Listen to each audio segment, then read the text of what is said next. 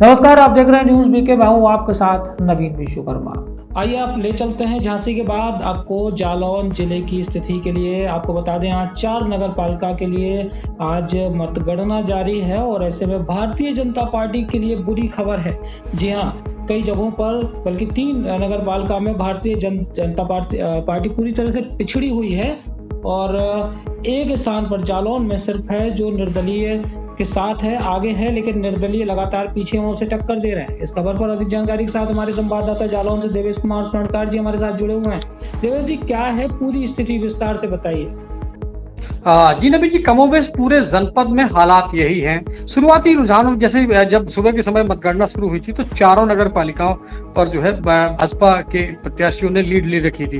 लेकिन जैसे जैसे मतगणना की मतपेटियां खुलती गई, बैलेट पेपर बाहर आते गए और काउंटिंग आगे बढ़ती गई तो अब हालात ये हैं कि जनपद जालौन के उरई मुख्यालय में जहां पर जो कि गढ़ माना जाता है भारतीय जनता पार्टी का, वहां पर चूंकि खुद वहां पर जिला पंचायत अध्यक्ष डॉक्टर घनश्याम अनुरागी की प्रतिष्ठा भी वहां पर दांव पे लगी थी। तो वहां हालात ये हैं कि इस समय बसपा की उम्मीदवार हैं, गिरजा देवी हैं, जो विजय चौधरी की मां हैं, वो इस समय काफी आगे चल रहे हैं, लीड लिए हुए हैं भाजपा से।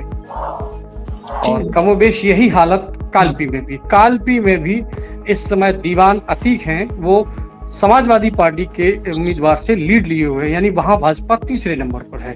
और कोंच में हालात ये है, कोंच में अभी कुछ देर पहले तक तो भाजपा लीड लिए हुए थी, लेकिन अब निर्दलीय विज्ञान सिरोटिया वो अब आगे हुए हैं और भाजपा वहां दूसरे नंबर पर आई है। और जालौन की अगर हम बात करें तो जालौन में हालांकि स्थिति संतोषजनक है। यहाँ पर थोड़ी सी राहत भाजपा को देने वाली है कि यहाँ पर जो भाजपा की प्रत्याशी है नेहा मित्तल, वो अभी कुछ शुरुआती रुझानों के हिसाब से जब शुरुआत हुआ था तब समाजवादी पार्टी की सलमा इकबाल मंसूरी उनके पीछे चल रही थी और निर्दलीय कैलाशी देवी तीसरे स्थान पर थी। लेकिन जैसे जैसे मतों का काउंटिंग आगे बढ़ी है, बैलेट खुले हैं, तो अब सलमा इकबाल मंसूरी यानी समाजवादी पार्टी अब वहां तीसरे नंबर पर आ गई है और निर्दलीय जो कैलाशी देवी हैं जिनका चुनाव चिन्ह जीप था, वो अब दूसरे नंबर पर आकर भारतीय जनता पार्टी के प्रत्याशी से पीछे हैं और भाजपा वहां पर अभी लगभग 2257 वोटों से आगे है। हालांकि लंच ब्रेक हुआ है, कुछ देर बाद फिर से गणना स्टार्ट हो जाएगी। लेकिन यहाँ पर स्थिति यही है कि जनपद जालौन में 3 स्थानों पर भाजपा अभी पीछे फिलहाल तो दिखाई दे रही है। एक स्थान पर जरूर भाजपा संतोषमय स्थिति में देखी जा सकती है। जी, कालपी की बात करते हैं तो यहाँ पर जैसा कि आपने बताया कि भारतीय जनता पार्टी दूसरे नंबर पर पहुंच गई है, तीसरे नंबर पर। तो इसमें दूसरे नंबर पर जो क्या ये त्रिकोणीय मुकाबला होने की स्थिति बन रही है कालपी में? जी बिल्कुल नवीन, कमोबेश स्थिति यही पूरे जनपद में हालात यही थे कि जब मतदान के पहले दौर का मतदान जब समाप्त हुआ था तो जो जनचर्चाएं थी और जब हमने भी जो है वहां पर कुछ ग्राउंड जीरो पर जाकर कुछ लोगों से बात की थी, हालांकि ऑफ कैमरा बात हुई थी, ऑन कैमरा ये बात नहीं हुई थी, तब भी मंथन ये निकल के यही आया था कि जनपद की लगभग सभी सीटों पर मुकाबला त्रिकोणीय ही होने वाला है। और कालपी में तो अब ये स्पष्ट दिखाई देने लगा है, जालौन में भी स्पष्ट दिख रहा है, कालपी में भी यही हाल है। कालपी में भाजपा इस समय तीसरे नंबर पर है। उरई की स्थिति जो आपने बताया, यहाँ पर भी तीसरे नंबर पर कोई अभी है जो टक्कर दे सकता है या सिर्फ अभी 2 पार्टियों में ही चल रही है कांटी टक्कर? देखिए, समाजवादी पार्टी अभी इस समय यहाँ पर तीसरे नंबर पर अपनी लीड बनाए हुए है, क्योंकि बसपा टॉप पर गिरजा चौधरी जो है, जो विजय चौधरी की माताजी हैं, पूर्व चेयरमैन रहे हैं विजय चौधरी, उनकी मां है। और वो क्योंकि एक चीज और मैंने देखी है कि कहीं ना कहीं एक सहानुभूति वोट होता है, वो जरूर कहीं ना कहीं इनको मिला है।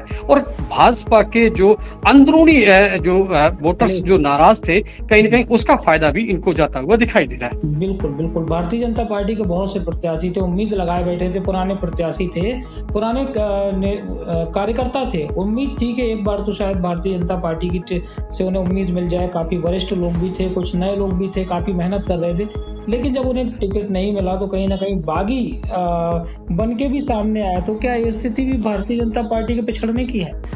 बिल्कुल अभी जी, मैंने आपसे शुरुआत में ही कहा था, जिस दिन मतगणना हुई थी पहले दौर की, जब 4 मई को मतदान चल रहा था, उस समय भी हमने आपसे कहा था कि कहीं बागी उम्मीदवार या बागी जो हैं वो कहीं चुनौतियां पेश न करें, कहीं खेल ना बिगाड़ दें चुनावी रणनीति। अब एक बात चीज और देखिए, जनपद जालौन की अगर हम बात करें तो भारतीय जनता पार्टी ने अपनी पूरी ताकत यहाँ लगा दी थी।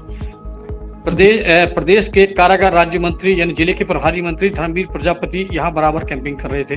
केंद्रीय एमएसएमई मंत्री भानु प्रताप वर्मा जो कि यहाँ के सांसद हैं, वो भी यहाँ पर कर रहे थे। भारतीय जनता पार्टी के तीन प्रांतीय अध्यक्ष इस जिले में आकर जो है लोगों से वोट की अपील कर रहे थे। तो ऐसे में कहीं ना कहीं एक प्रतिष्ठा का सवाल ये जिला बन गया था और वहां पर परिणाम अगर सापेक्ष नहीं निकलते हैं तो कहीं ना कहीं लोगों की नाराजगी देखी जा सकती है। जी शुक्रिया देवेश जी पूरी जानकारी के लिए। और लंच ब्रेक के बाद फिर से आपके साथ एक बार जुड़ेंगे और अपने दर्शकों को बताएंगे कि आखिर स्थिति क्या है। फिलहाल खबरों के लिए बने रहिए न्यूज़ वीक के साथ। नमस्कार।